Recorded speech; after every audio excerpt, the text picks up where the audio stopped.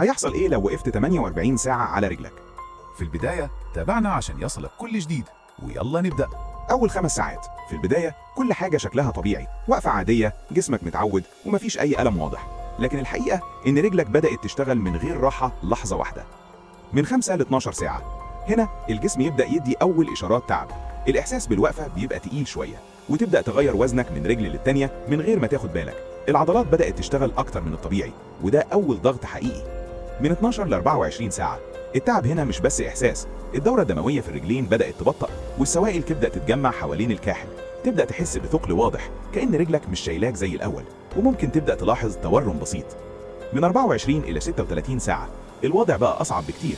الألم بدأ يظهر في عضلات الساق، الوقفة بقت مجهود مش عادي، تشنجات بسيطة، رعشة، وإحساس إن الرجل بتسحبك لتحت.